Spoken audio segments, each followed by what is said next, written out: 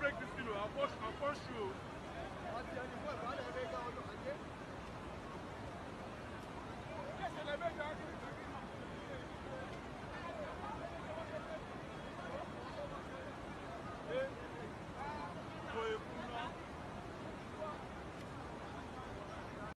Sorry, eh? Mo ń gbọ́jọ́ wọ́n ti bó àwọn ọmọ lọ́mọ wọn náà ní ìdílé àwọn oúnjẹ fún wọn wọ́n fi brainwash wọn ọmọ yẹn ọmọ kankan wọ́n ti brainwash wọn. Good morning, good afternoon, good evening.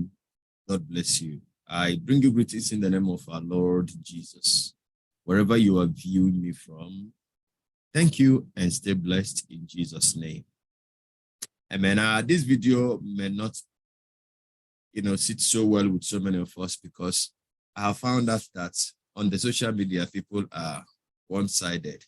There are those that just want to hear, they just want to listen to what they want to hear. They just want to hear what they want people to tell them. And so, and I have decided not to live in that shadow anymore. So I'm just going to give you my opinion on this. Someone sent me a link of 50 children that were found in a church basement in Nigeria. I was alarmed. I was like, hey, these shrines again, they have again started. You see, I have been consistent in saying that many things that we question today, we question them because of the abuse that have come to the open. I want to believe that actually in the past, they were there, but not as much as they are here today now. And, we didn't have social media in the past to actually understand, but even if they were there, they are not as, they were not there then, as in the number we have today. You may have not agreed with me, you may not have reasoned with me that a lot of the places that people converge today that they call church is not actually church, but a glorified shrine, a glorified place and centers of ritualistic activities, places where they offer sacrifices to demons, and sometimes they need to use human intelligence to do that. Sometimes they actually need blood to do that. And so these things that have happened and that is rampant today as a kind of giving a rise to some form of campaign of calumny against even the true churches. I know I have some viewers who don't even believe that there is any church that is real. Some have come to give it 99.99%, which makes it zero, or, almost, that there are no places of truth anymore. And everybody seems to be branding every pastor today fake. 99.99% of pastors are said to be fake, but I actually beg to disagree on that. So did this church truly abduct the children? 50 children, were saved. But I found out a lot more, that they are not even 50. They are not just children. There were adults involved. And so the question is, why 50 instead of 77? Was somebody trying to hide something? Because the number of persons that were allegedly rescued from that church in Ondo State were 77 in number. And somebody may even come to arrive at 77 again. 7 is very significant, and 77. And when it is 777, then you are in trouble. Now, so what has the number got to do with what I'm talking about here? Well, let me not waste your time. Number has nothing to do with this. They were 77 and not actually 50 as was muted. It was a mixture of children, youth, and adults. And the adults in the congregation that were allegedly abducted were more in number. So they were not all children. Now, the truth of what happened here is that I'm going to let you watch this video, but listen a bit. Listen, I have told you here that there was a time in the 80s when my late sister that passed on this year, she left our family church. The family church at that time was Roman Catholic. I was very young then. I was growing up, and I had cousins who joined us in that campaign. We went to her church, End Time Gospel Mission. We went to the church to bundle her. We literally carried her from the church because we were not pleased with her leaving the family church to another place. Now, we have had in the past parents who disowned their children because they left the church they approved and started worshiping in another church. And mind you that the churches in those days, even though that there were ignorance, even though that there were some distorted teachings like once you give your life to Jesus, you turn your back on your families, your family members, because they are not in Christ. And so Jesus said, except you drop you pick your cross and turn back on your family, you're not worthy of me. And that is not actually what that scripture means. But in the time of ignorance, some preachers interpreted that gospel to mean that. And it came to a point where people were actually projecting the date and time of rapture, which you will also hear in this video. I have a video for you. And this was journalistic interview that was done by crews from a national television station. Now, so what seemed to be the likelihood of what you saw was not actually what has been spread on the social media. I saw the video. I saw the frenzy that, the whole thing caused. And I was questioning myself, how come that this whole multitude were gathered? And then when I watched this other video, then it explained a lot to me. So I would like you to watch the video now. Thank you.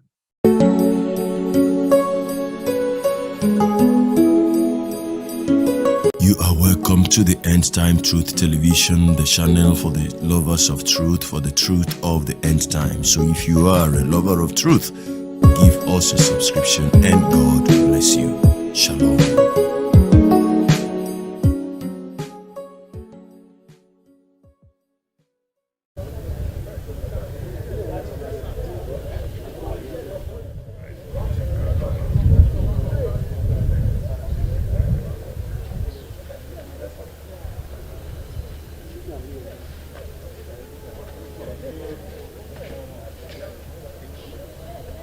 You do one line so that put one line so that let's do it like that. You do one line. You should be at the one place like that. Oh yeah, oh, you are still there.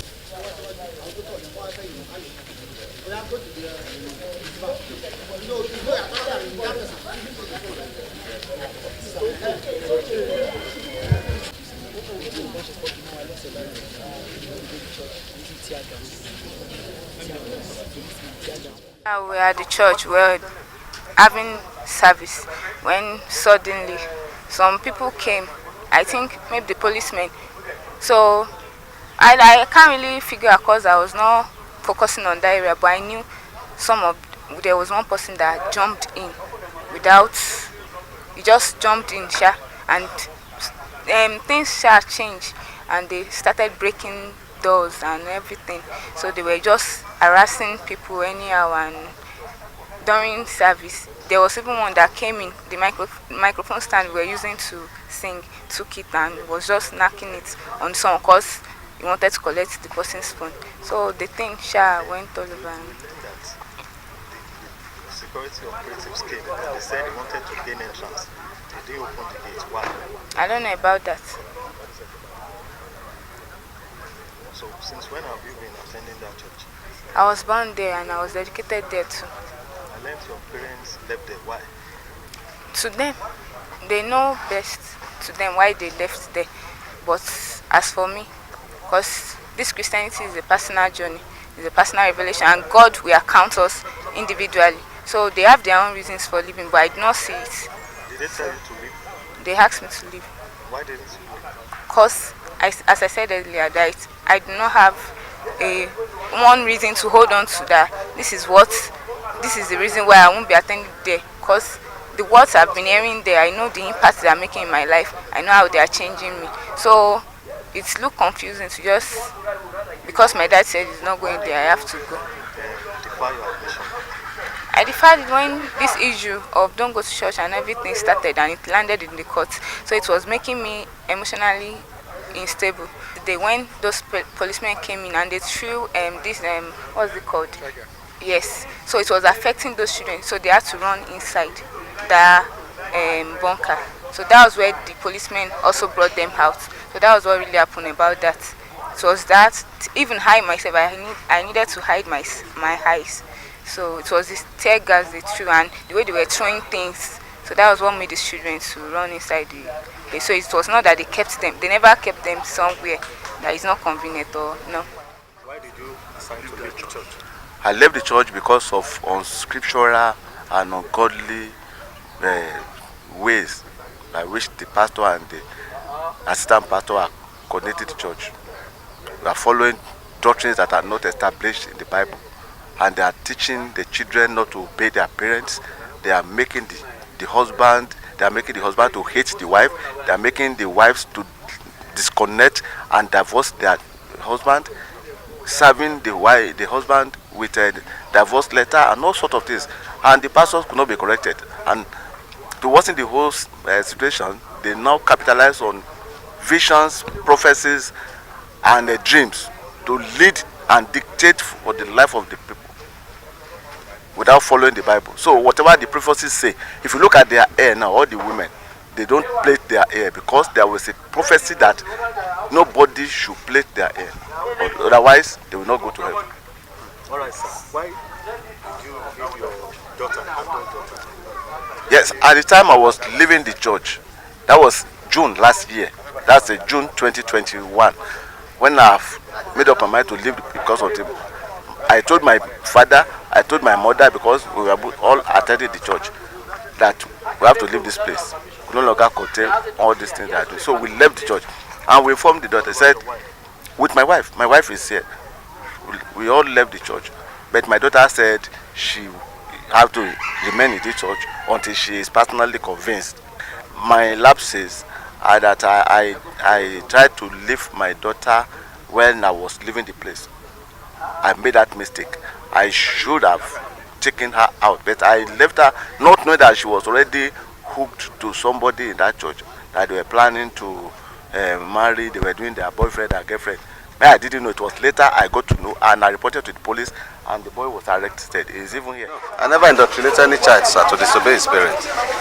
We were having 7 days meeting on God's instruction that we should lock the gate and be with him for 7 days. And we are and the church,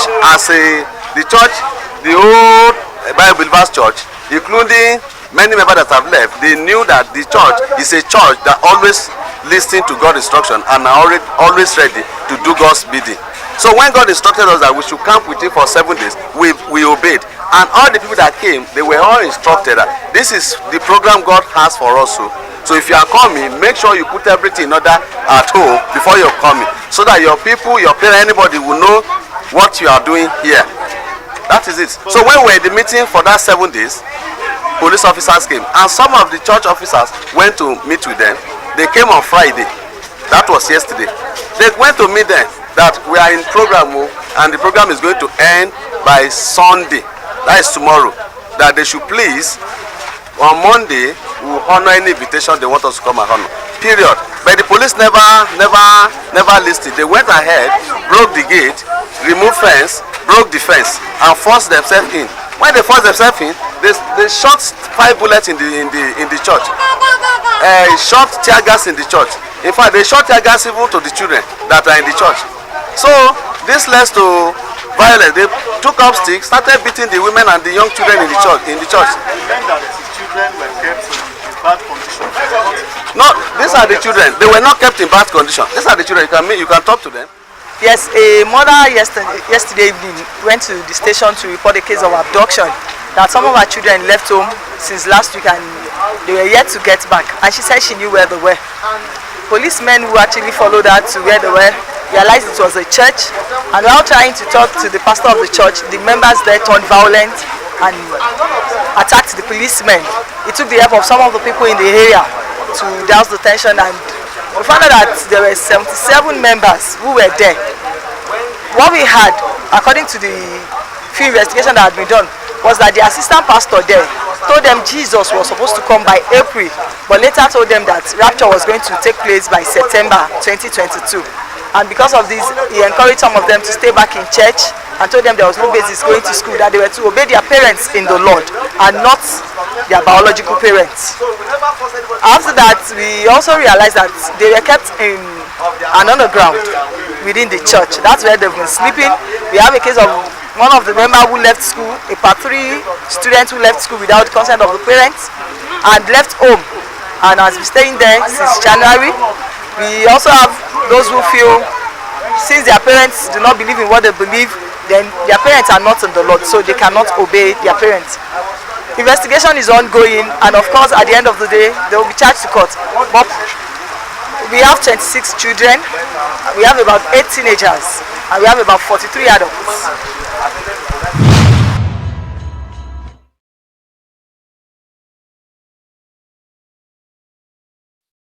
All right. Thank you very much for being there up to now. If you have watched this video and you got some things, I quite understand that not so many people will understand what I'm trying to put across here. And let me also say ahead of time that I'm not putting up any form of defense for the man, the pastors of the church. No, I'm not putting forth any form of defense for them. Now, and at the same time, I'm not going to agree with everything that has been said or that has been put out there. Now, the truth is that let's even start with the arrest that was made. If you are a Nigerian and you live in Nigeria, you know that our policemen are capable of anything. And more so when somebody who is very, very influential within the community has engaged them into doing something. And more so, there is some kind of hatred for churches and pastors today. Not really the making of anybody, but the making of they themselves. Because some of them who were planted by the devil, agents of darkness, who have come in and, infiltrated the church with some kind of falsehood. Now, in a way, the church has become a public enemy. Pastors have become public enemies. And so when you get a police person or people involved in carrying out certain job that has to do with the church or maybe the mosque, depending on the personnel involved, and then you make it look sellable, abduction. Now, I understand that in a developed country, there will be a kind of dialogue. Now, they said that when they came in, when they knocked, that there was violence from the members of the church. When you look at those guys there, when you look at the people involved, and you know that the narrative that was sold earlier on was 50 children. Was it the children that started the violence? Now, there were 43 adults there. And though that things like that are capable, people who want to defend their pastors can go at any length to even cause trouble. So that is quite understandable. It is possible. Now, the church refused to open the gates. And so the police had to take down walls, according to the pastor that was interviewed there, broke the gate and whatever, and they came in. Now, if you are a Nigerian, you know that the issue of firing tear gas or even live ammunition is not far-fetched. Remember the Lekki toll gates when live bullets were fired into protesters that were not armed. So it could be possible that there was some form of violence or some form of resistance from the people, and the police here decided to go violent. And so they used tear gas. And if you listen to the girl, now I'm taking it step by step. Now, the narrative was that those children were kept in a basement. But hello, those children that you saw in the video, at least they were not looking like people that have been kept there for some time, for a very long time. They were not looking like children that were malnourished or who have been kept either to be sold or to be used for rituals. Now, the fact that these people came from their homes, this is what we are going to look at now. They came from their homes voluntarily for a meeting, 7 days meeting. According to the pastor, you heard there that God instructed them to have a 7-day alone with God. Now, I'm going to talk about that. But so, I just want us to eliminate the possibility of abduction and kidnap, because now the story has changed. The story is no longer abduction. The story now is indoctrination. The story now is certain family members against themselves from the narratives of the father of the young lady that spoke. And so when you look at this thing very well, you can understand that there is some form of tussle, some form of who will take the upper hand here. That is what I'm seeing here now. You see, there are issues that sometimes you find a person that, or persons that want to monopolize the authority of the church. And so it becomes, because from what the pastor says, many members left. So probably there was a problem that could have arisen from misunderstanding, maybe offering and tithe or whatever, or disagreement in whatever way. And somebody probably was trying to impose himself on the church. And that girl said she was born in that church and she was dedicated in that church, which means that this has been a family church. The man, her father said his own parents were members. So this must have been an old established church. So how come it is now in 2022 that they will now embark in abduction and kidnap of children? So what I see here is actually power tussle. What I see here is that some children whose parents left and who stayed back, their parents are not happy, and it's like pastor is having more hold on the children than the parents should. It seems to be like, that the daughter of the man that spoke, she was vocal enough to say, I don't see the reason why they should live and want me to live with them. Heaven is an individual race. So I don't think it is right for me or for them to dictate to me when I should leave the church.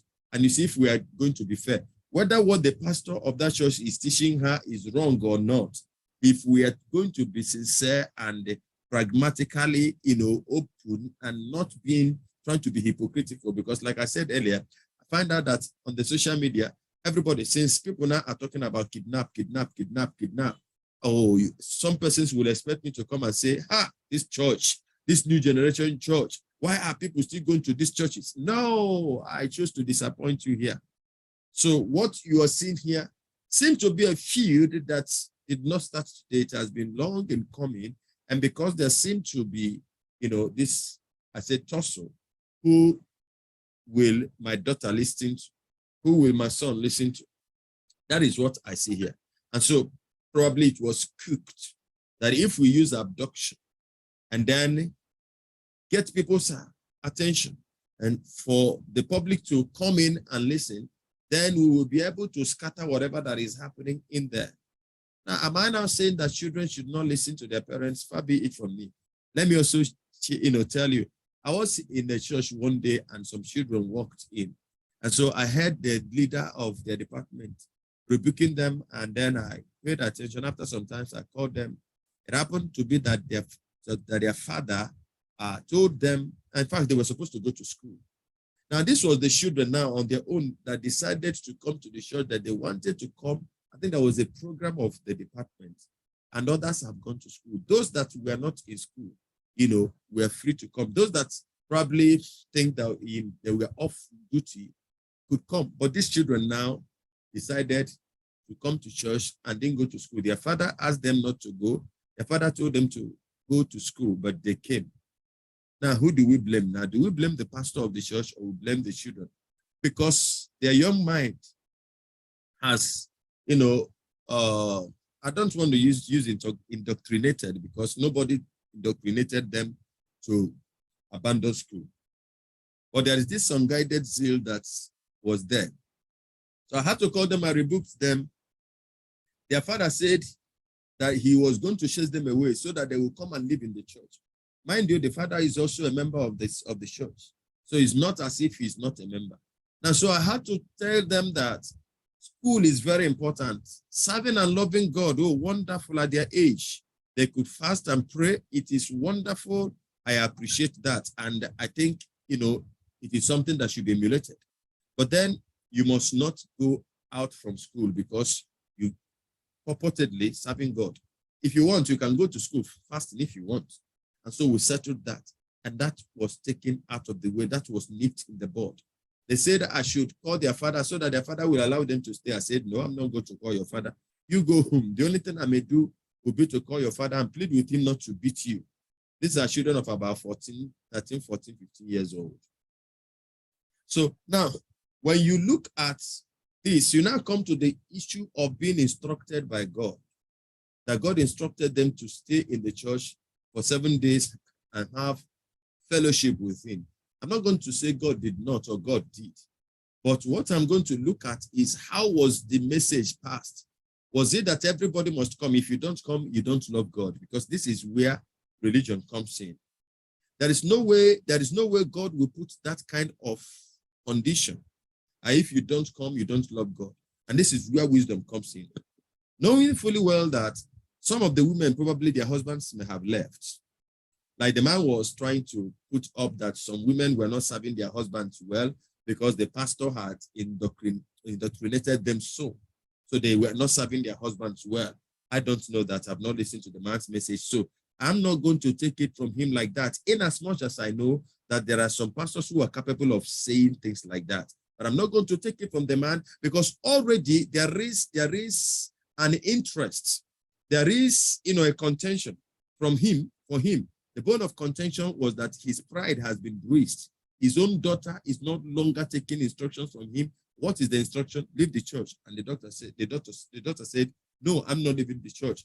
I have enough here that has helped my spiritual life, so I'm not going to leave. I'm not going to leave. Now, then you ask me, if she's sinning against God, I won't tell you she is sinning against God. Now listen, if the father did not bring her to the church, and this was where she was born, is that disobedience? Oh yes, it is disobedience. But is she an adult old enough to take decision on her own? She's an adult. Because we need to balance this. I know that you are talking about rights to, of fellowship. So if this lady is an adult that is old enough to take her decision, I think that she should also be allowed to choose her place of worship. The only thing that anybody that wants her to come out of that church who has an established fact that the girl is not, that the church is a wrong place. Now, the only fact that anybody can project and use to bring the girl out is if there is truth in the allegation that the doctrines are not scriptural. And then you can only advise. You can only point those things out and let her make her decisions. If she was the wife of the man, that is a different thing, altogether. Me, I have told women, I said, you cannot be going to a church when your husband said, don't go. Women have their right too. But you see how it is here. You see, you cannot say, whether you like it or not, I must go there. That will cause problem if you want to have a very good family. I've told women, I said, don't call your husband Satan. Because he rose up in the morning and said, today you're not going to church. To have a very safe family that day, stay back. Stay back. Does the woman have rights to? Absolutely, she has a right. But what wisdom with the right fetch her if it will cause separation in the marriage? This one is not an abuse yet. He may have his reasons. And if the woman stays back, Tomorrow, the man may be the one that will decide, okay, you can go to church. Now, this is not women's slavery, because I know some women activists will be like, is she a slave? She's not a slave. But biblically speaking, what your new generation idea about marriage doesn't actually count, because the wife is still under the man till tomorrow. I am a husband and I don't maltreat my wife. I don't see my wife as a piece of furniture. I don't force my wife to do anything that she doesn't want to do. But my wife too is reasonable enough to understand that we cannot begin to, debate who is the husband and who is the wife. Everybody has their position in the family. I think I'm even drift. So the instruction that people should come to church 7 days. Now, the children that left school without the consent of their father, they made mistake. Now, but the reason why this thing came to this point is because there is already a problem on ground. If there was no problem on ground, it will not get to this point. If there was no problem on ground, at least the parents would have been working together with the pastors.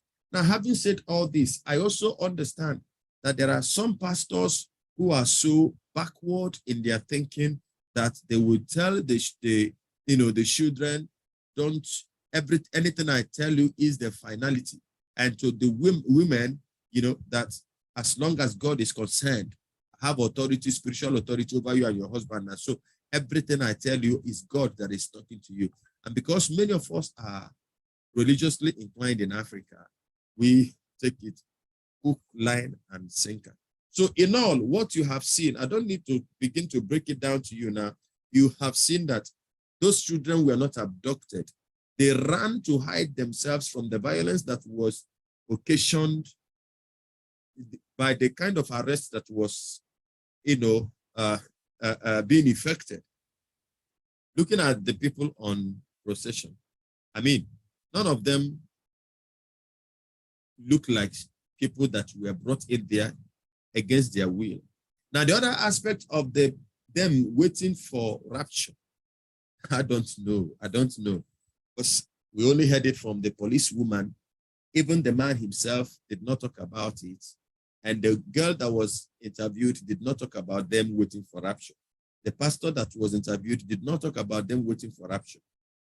He said that God told them to have a 7 days thing that will end on Sunday. If it has an ending, that means that, that actually is not supposed to culminate into the rapture. So, but I'm leaving it open here so that if there is any more developments to this, I will bring it to you. But I want to read your comments in the comment section. Please, I will advise you, if you disagree with me, I may have said something that you don't believe in. I may have something that says something that your orientation probably quite different from what I believe in. Fine and good, we can disagree. But let us agree as brothers and sisters. Let us agree reasonably. So put down your comments in the comment section. Let me read your comments. And God bless you. Please like the video and share. And till I come your way again, I remain your brother in the Lord. I really have a lot to say on this, but the video will be damn too long. So I'll be seeing you in the next video. Till then, from me to you. Shalom.